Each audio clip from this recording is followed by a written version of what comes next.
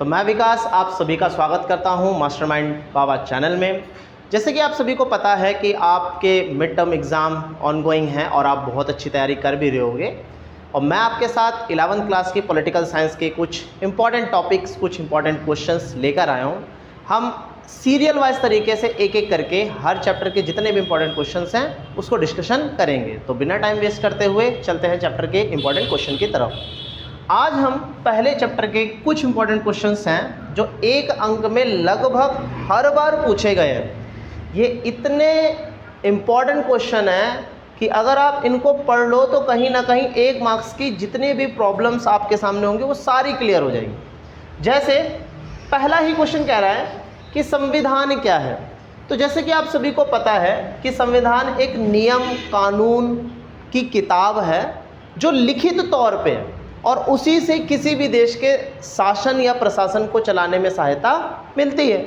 तो संविधान क्या है? एक ऐसा लिखित दस्तावेज जिसमें नियम और कानून लिखे गए हैं ताकि देश, समाज, राज्य को चलाया जा सके।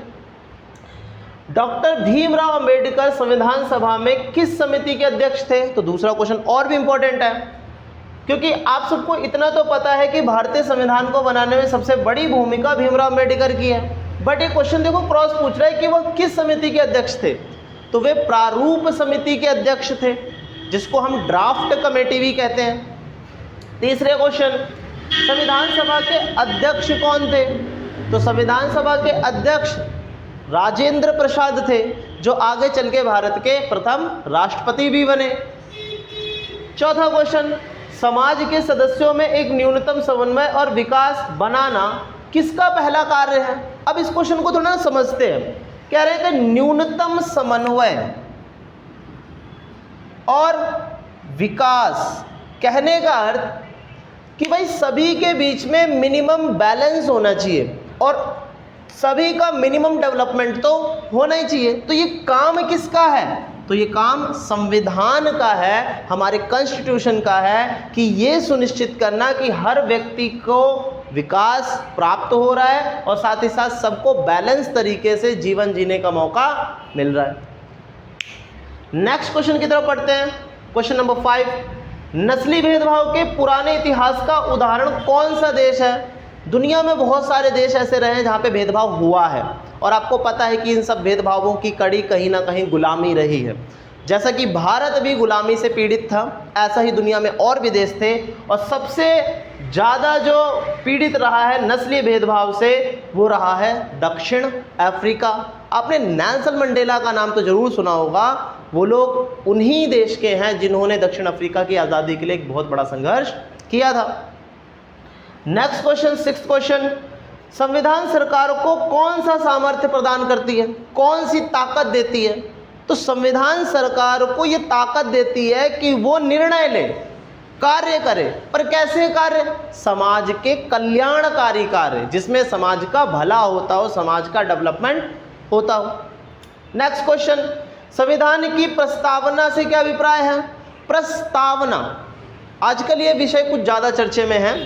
तो प्रस्तावना आपने हर बुक के एनसीईआरटी के स्टार्ट में ही देखा होगा कि हम भारत के लोग, संप्रभुता, गणतंत्र, लोकतंत्र, न्याय, समाज, इन सब शब्दों को आपने पढ़ा ही होगा, कभी ना कभी तो पढ़ा होगा।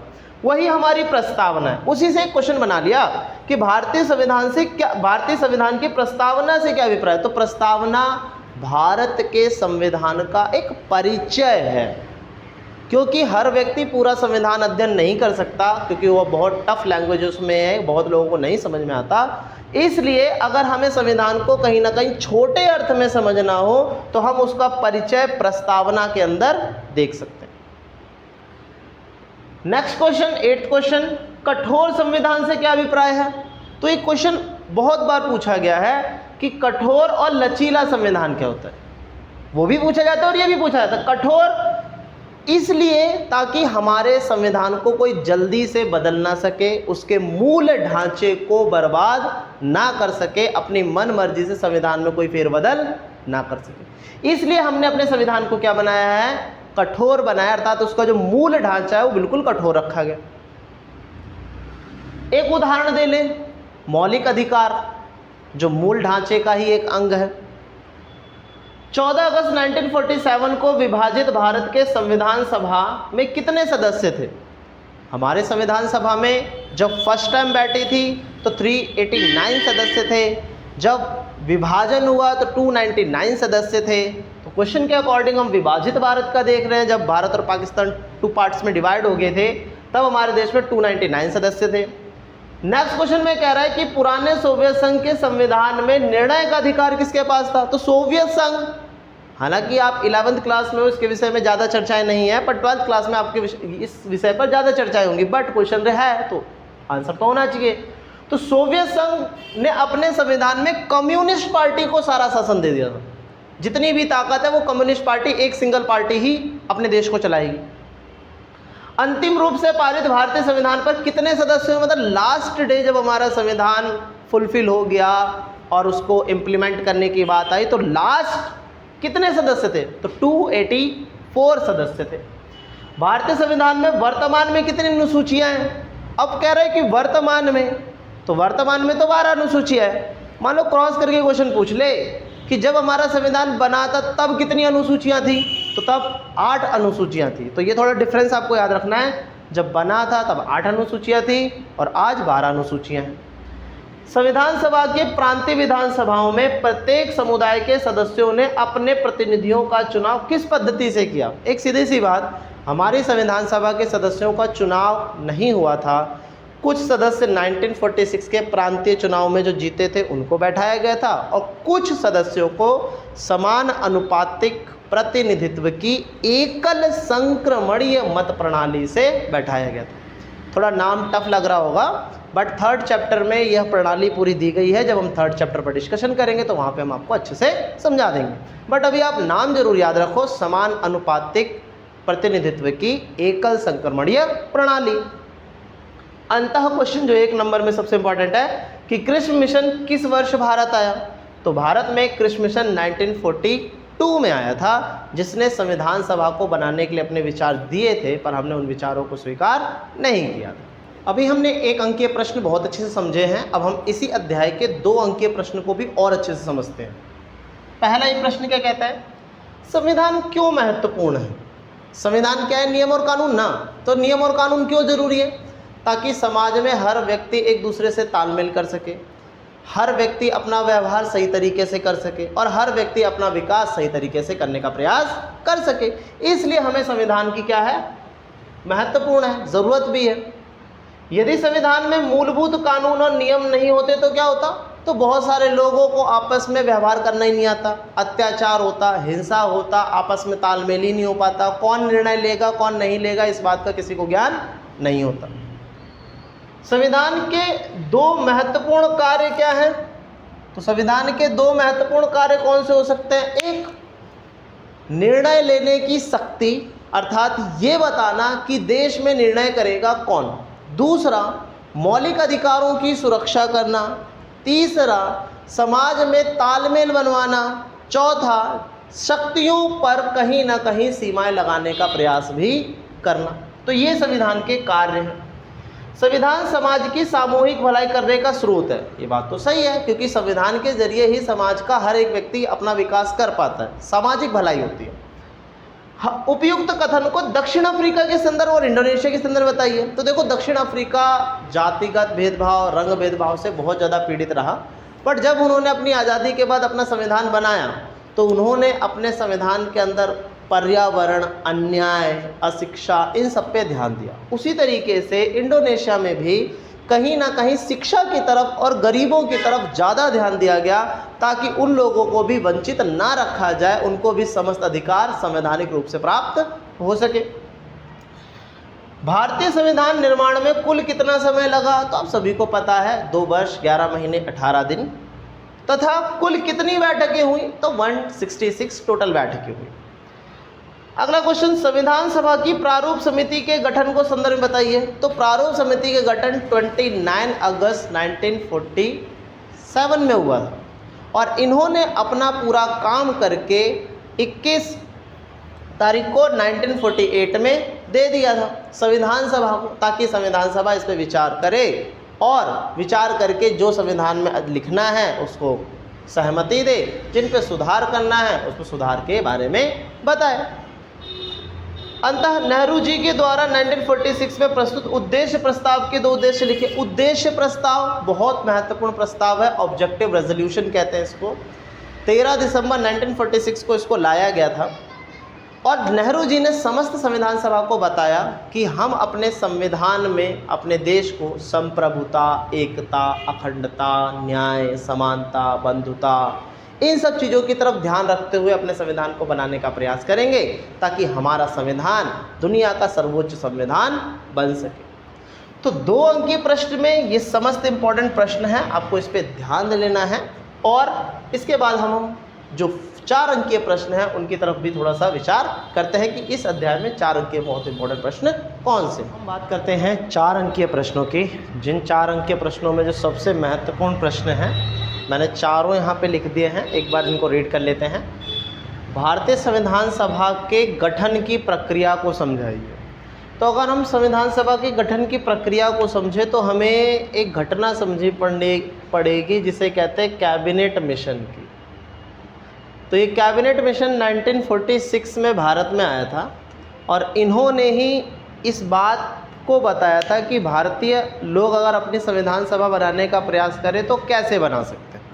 इनके अकॉर्डिंग एक रिपोर्ट बनाई गई, जिस रिपोर्ट के अंदर बताया गया कि टोटल 389 सदस्य होंगे, जिसमें 292 प्लस 93 प्लस 4 का कॉन्सेप्ट होगा। फिर जितने भी सदस्य होंगे उसमें सिख भी होंगे, मुस्लिम भी होंगे और सामान्य भी होंगे, हिंदू, बौद्ध, जैन, ये सारे भी लोग होंगे।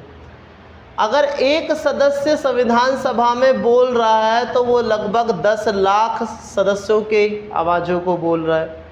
और बहुत सारे सदस्यों का जो चुनाव है वो समानुपातिक की एकल संक्रमणीय मत प्रणाली के द्वारा किया गया।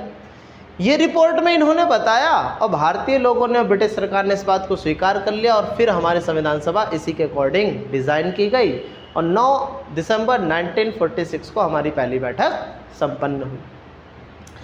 दूसरा प्रश्न, भारतीय संविधान सभा के गठन की किन्हीं 4 कमियों को बताइए।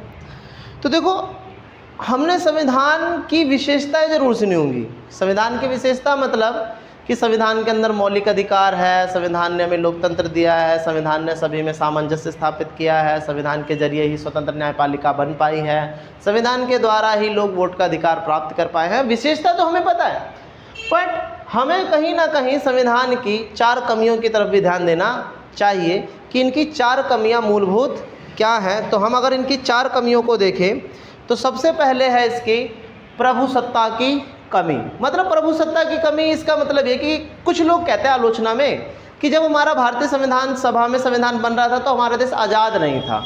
इसका मतलब हम अभी भी अपनी सत्ता अपने हाथ में नहीं रखे थे, तब भी हम अपना संविधान बना रहे थे। तो कुछ लोगों का कहना है कि भाई हम तो ब्रिटिश के अकॉर्डिंग ही सारा काम कर रहे थे, इसलिए ये हमारा संविधान सभा थी ही नहीं और ये हमारा संविधान भी नहीं है। दूसरा बिंदु क्या बन सकता है? दूसरा बिंदु बन सकता है प्रांतों का अनुचित वर्गीकरण। अगर मैं लिख दूं यहाँ पे, पहला बिंदु बन जाएगा प्रभुसत्ता की कमी, प्रभुसत्ता की कमी। दूसरा बिंदु क्या बन सकता है कि भाई प्रांतों का अनुचित वर्गीकरण, प्रांतों का अनुचित वर्गीकरण। तीसरा बिंदु क्या बन सकता है आपका? देशी रियासतों को संविधान को मानने के लिए बाध्य नहीं किया गया। देशी रियासतों को संविधान को मानने के लिए, संविधान को मानने के लिए बाध्य नहीं किया गया। और अगर हम चौथा बिंदु देखें तो चौथा बिंदु क्या हो सकता है कि संविधान सभा के जो सदस्य हैं उनका चुनाव लोकतांत्रिक तरीके से नहीं हुआ।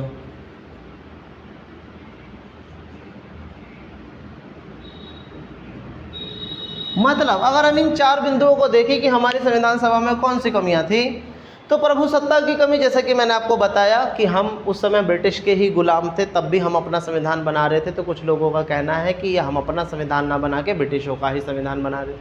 और जो तरीका भी, जिस तरीके को हम फॉलो कर रहे थे, वो भी ब्रिटेन ने नहीं दिया था। प्रांतों का अनुचित वर्गीकरण, देखो आज तो हमारे देश में राज्य है, पर उस समय हमारे देश में प्रांत थे। और प्रांत और राज्य में एक छोटा सा डिफरेंस ये होता है कि प्रांतों की कोई सीमा नहीं होती है, जबकि राज्य की एक सीमा होती है। तो उस समय भारत में जो प्रांतीय वर्गीकरण था वो सही तरीके से नहीं था। तीसरा, देशी रियासतों को संविधान को मानने के लिए बाध्य नहीं किया। मतलब उस समय जब ब्रिटेन, हम गुलाम थे, ब्रिटिश हमारे शासन को चला रहे थे, तो उस समय हमारे भारत में कई सारे राजा भी थे। तो ब्रिटिश ने ये अधिकार रख रखा था कि राजा लोग भारतीय संविधान अर्थात भारत में शामिल हो जाएं या पाकिस्तान में शामिल हो जाएं या अलग अपना देश बना लें, और इसी तरीके से वो चाहे तो इस संविधान को माने और चाहे तो ना माने। चौथा, सदस्यों का जो चुनाव हुआ, जितने भी सदस्य 389 सदस्य संविधान सभा में आए, उनको कोई चुनाव नहीं हुआ, उनको जनता ने नहीं चुना। उनको पूर्व हुए चुनाव के आधार पर और कुछ लोगों को उनकी स्थिति के अकॉर्डिंग और उनके ज्ञान के अकॉर्डिंग वहाँ पर लाया गया। तो कई सारे लोग इन 4 बिंदुओं को लेकर भारतीय संविधान सभा की आलोचना भी करते हैं। फिर कहते हैं कि संविधान को जनता नहीं, प्राय एक छोटा सा ही समूह नष्ट कर सकता है। इस कथन के संदर्भ में भारतीय संविधान को मजबूती देने के लिए कथन का आलोचना या फिर उल्लेख करें। तो अगर हम कथन को देखें तो कह रहा है कि संविधान को नष्ट करने के लिए कोई बड़ा समूह नहीं चाहिए। बड़ा समूह मतलब पूरे देश की जनता मिलकर संविधान को नष्ट करे तब नष्ट हो जाए, ऐसा नहीं है। एक छोटा सा समूह भी संविधान को नष्ट कर सकता है, पर कब, ऐसी कौन सी कमियां हो जाए हमारे संविधान के अंदर कि संविधान ही नष्ट हो जाए।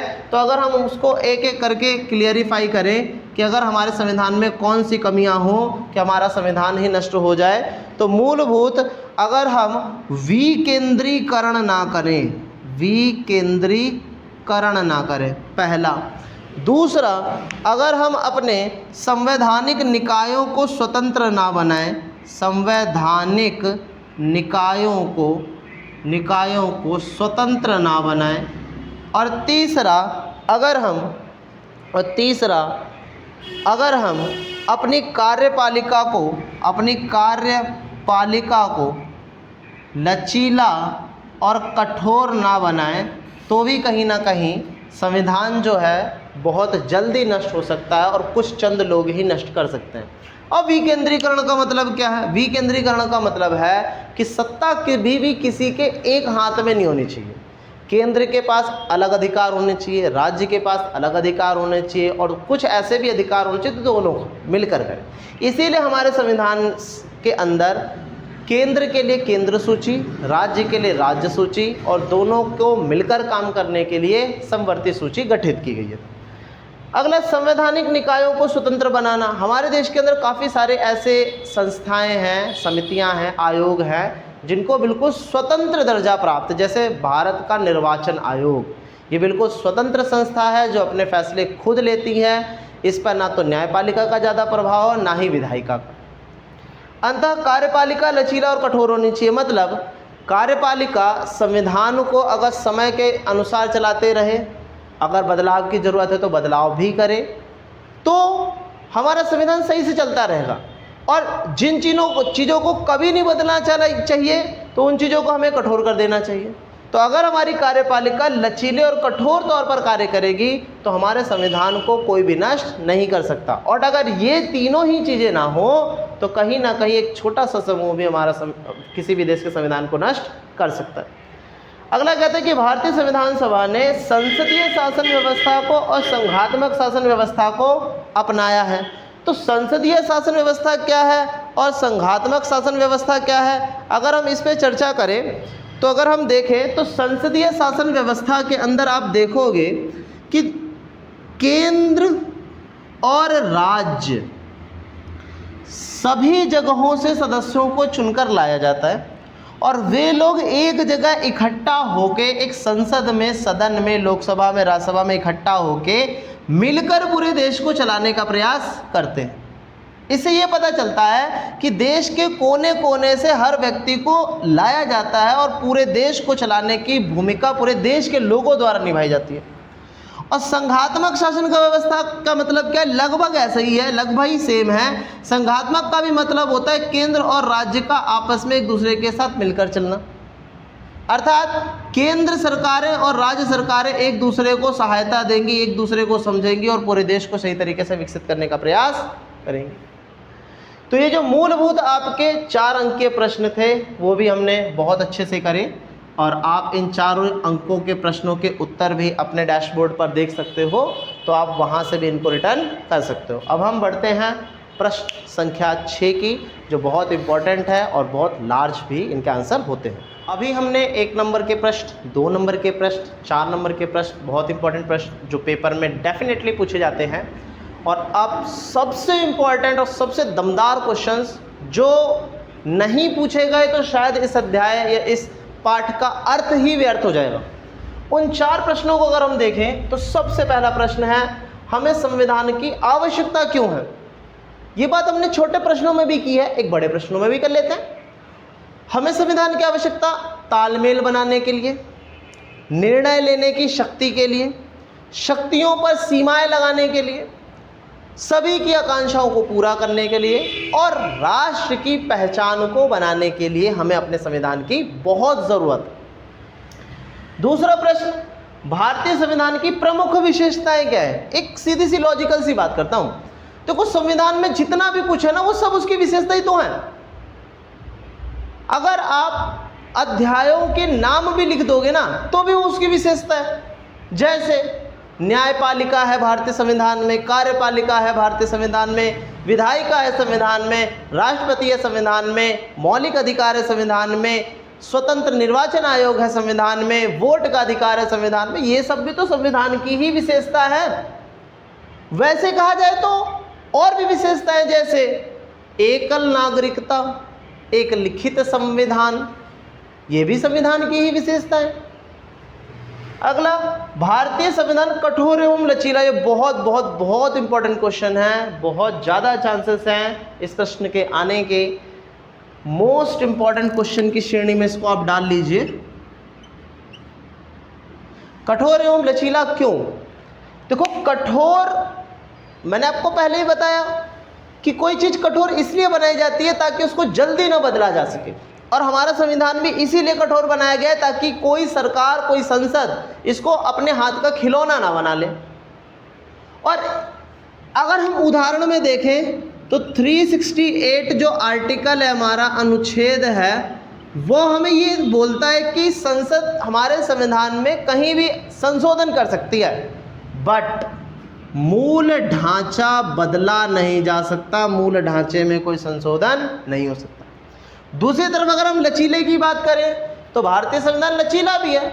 लचीला इसलिए ताकि समय की ज़रूरत के हिसाब से जो जो चीज़ें परिवर्तित करनी हैं उनको परिवर्तित किया जाए, क्योंकि अगर समय के साथ नहीं चलेगा भारत, नहीं चलेगा संविधान, तो शायद भारत की स्थिति बहुत कमज़ोर होगी और समय के साथ हमारा संविधान भी नष्ट हो जाएगा। इसलिए हमने लचीला बनाया है। इसीलिए अगर आपने 1-2 दिन पहले की न्यूज़ सुनी हो तो आपने देखा होगा कि अब महिलाओं को केंद्रीय स्तर पर और राज्य स्तर पर 33% आरक्षण मिलने वाला है, जिसका जो विधेयक है वो लोकसभा में पास हो गया है, राज्यसभा से भी पास होने की स्थिति है और कहीं ना कहीं ये समस्त राज्यों में लागू हो जाएगा। भारतीय संविधान उधार लिए गए सिद्धांतों का समूह है या नहीं? तो उधार, ये वाला भी क्वेश्चन बहुत इंपॉर्टेंट है, डेफिनेटली आने के चांसेस है, याद रखना। तो अगर हम उधार वाली बात करें तो कई बार आपने सुना भी होगा अपनी कक्षाओं में पढ़ते समय टीचरों के द्वारा कि भारतीय संविधान में बहुत सारी ऐसी चीज़ें हैं जो हमने दूसरे देशों के संविधान से ले ली है। फॉर एग्ज़ाम्पल, हमने अमेरिका से मौलिक अधिकार ले लिए हैं, ठीक है, आयरलैंड से नीति निर्देशक तत्व ले लिए हैं, संसदीय जो व्यवस्था वो ब्रिटेन से ले ली है, आपातकाल की व्यवस्था जर्मनी से ले ली है, बहुत सारी चीज़ें हमने ली। तो बहुत सारे जानकार ये कहने लगे कि देखो ये तो भारत का जो संविधान है ना, ये खुद तो बना नहीं है, इन्होंने ना दूसरे देशों के संविधानों से पढ़ा और अपने में लिख लिया और ये तो उधार है। पर भारतीय संविधान उधार है ये हम कैसे कह सकते हैं? हम तो बिल्कुल नहीं कहेंगे कि हम खुद भारत के। इसलिए हम तथ्य रखेंगे, एक जवाहरलाल नेहरू का तथ्य रखेंगे, एक अम्बेडकर का तथ्य रखेंगे। जवाहरलाल नेहरू जी ने क्या बोला? नेहरू जी ने बोला कि देखो कोई भी जो नया देश होता है ना, उसको किसी भी चीज़ का अनुभव नहीं होता, और अगर वो किसी देश का अनुभव ले रहा है तो इसे हम उधार नहीं कह सकते। और अंबेडकर जी ने, अगर हम देखें, अंबेडकर जी ने ये कहा कि हमने ज़रूर चीज़ें दूसरे देशों से ली हैं, पर हमने किसी भी चीज़ को डिट्टो संविधान में लिखा नहीं है कि हमने वहाँ से उठाया, कट कॉपी पेस्ट नहीं किया। हमने दूसरे देशों के संविधान से ज़रूर समझा है, पर उसको अपनी स्थितियों के अकॉर्डिंग बदलाव करके अपने संविधान में लिखा है। इसके बाद आप 2-3 देशों के उदाहरण दोगे कि हमने ब्रिटेन से, अमेरिका से, फ्रांस से, आयरलैंड से क्या क्या लिया है, और ये आंसर कंप्लीट हो जाएगा।